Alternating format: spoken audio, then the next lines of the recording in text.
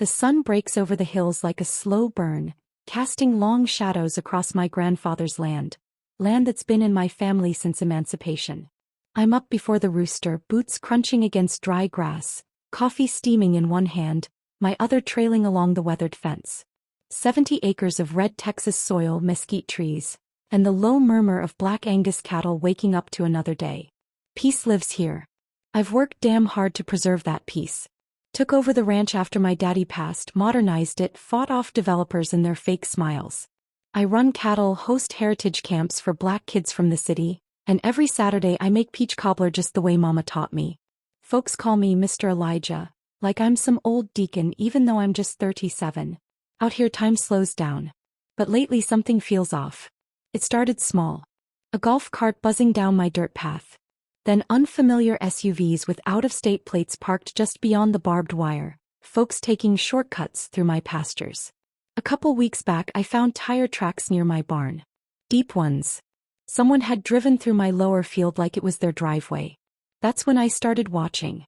I live on the edge of Willow Creek Estates, one of those master-planned communities with matching mailboxes, HOA boards, and neighbors who wave just long enough to feel polite. It's where the wine moms jog at 6 a.m. and the lawn signs say, "Love thy neighbor," but only until someone new moves in. I bought this ranch before Willow Creek existed.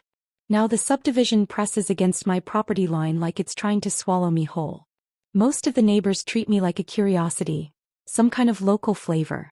They say things like, "Oh, you must be one of the original families." Or worse, "So proud you've kept it in the family. That's rare for your community." Then there's her. Karen Whitmore. HOA president. Platinum blonde, Pilates bod and a glare that could strip paint. She drives a white Lexus and walks her Maltese off-leash like it owns the place. The first time we met she said, "Oh, you're Elijah." I assumed the owner was older. She meant whiter. Karen's the type who smiles with her mouth, not her eyes. The kind who uses words like, "we," when she really means me. She's been quiet lately, but yesterday I noticed something strange, colorful tents peeking out from behind the brush near my south fence. At first I thought it was just kids messing around. But when I walked closer I saw folding chairs, coolers, a damn pop-up grill, campers. On my land. My stomach tightens. I lean against the fence post and stare. Something tells me this is only the beginning. By Tuesday the tents multiply. I count 7 now. Like a miniature festival has sprung up overnight. Bright blues, neon greens, one of them shaped like a teepee, like some kind of twisted homage to stolen land. The camp spreads across my southern pasture, right where my bulls graze. And not a single soul asked for permission. I pace the fence line trying to stay calm.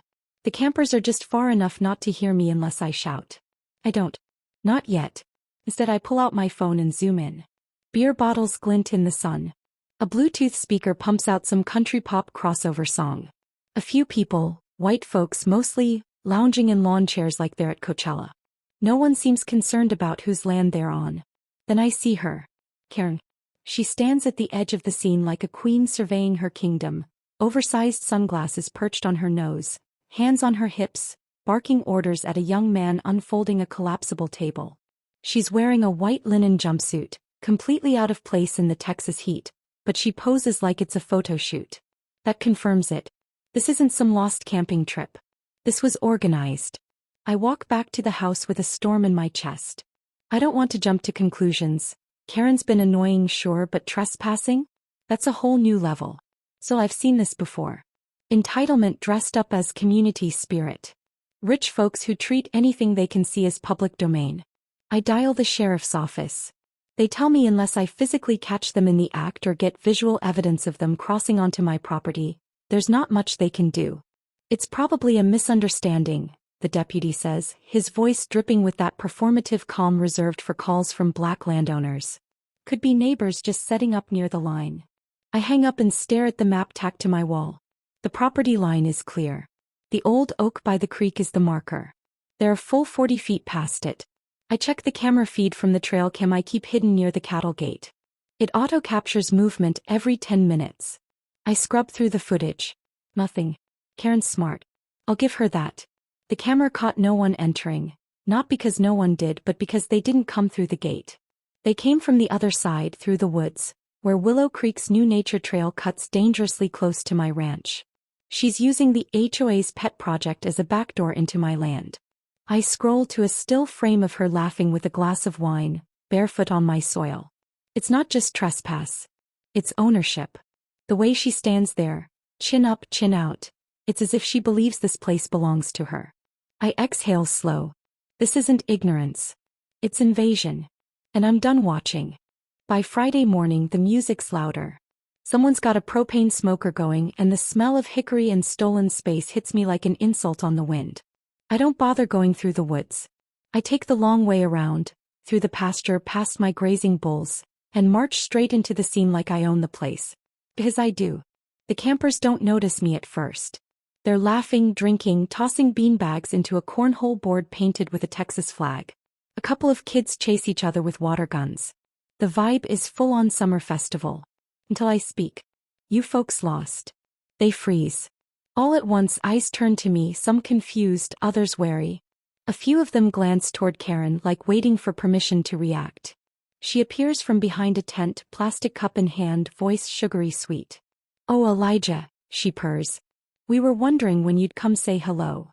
I don't smile. This is private property. You're trespassing. Karen waves a manicured hand like I'm a mosquito. Technically this is the easement, isn't it?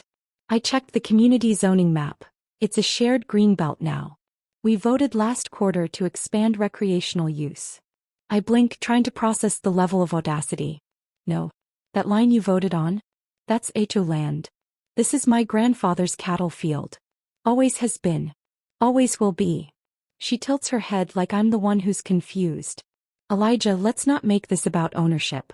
This is about community. We're just using a little bit of space. No harm done. And honestly, it's so much better than leaving it wild and unmanaged. There it is. Wild. Unmanaged. Unspoken but loud. Too black. Too poor. I feel heat rising in my chest. You've got 24 hours to clear out, I say. Next time I see anyone out here, I'm calling the sheriff. With proof. Karen's smile drops half an inch. Enough to show the steel underneath. Fine, she says, voice clipped. But just so you know, the HOA has rights too. Don't be surprised if we revisit the zoning in the next town hall. You'd be amazed what we can accomplish with the right signatures. She's threatening to rezone my land. It's not a bluff. I've heard rumors, how the HOA has been trying to expand common areas by swallowing undeveloped land. Whisper campaigns. Legal loopholes. Pressure on county officials. But I'm not stupid. And I'm not alone. That night, I call my cousin Andre, who's a property lawyer in Austin. He gets fired up fast. They can't rezone squat without the landowner's consent, he tells me. But they can try to claim it through adverse possession if they establish long-term use.